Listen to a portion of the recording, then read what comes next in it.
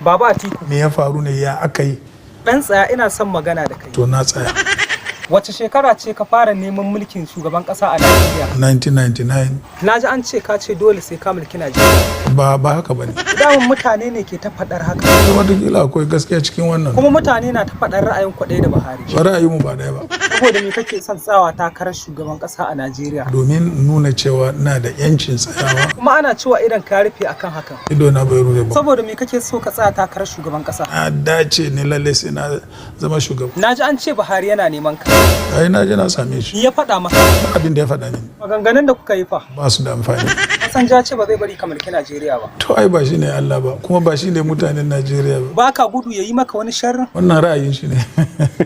Da an ce mana kai dan siyasa ne. Ni dan kasuwa ne. Wani dalili ne yasa kake so ka mulki Najeriya? Ba wani dalili. Rabon da dariya irin wannan yau shekara 350.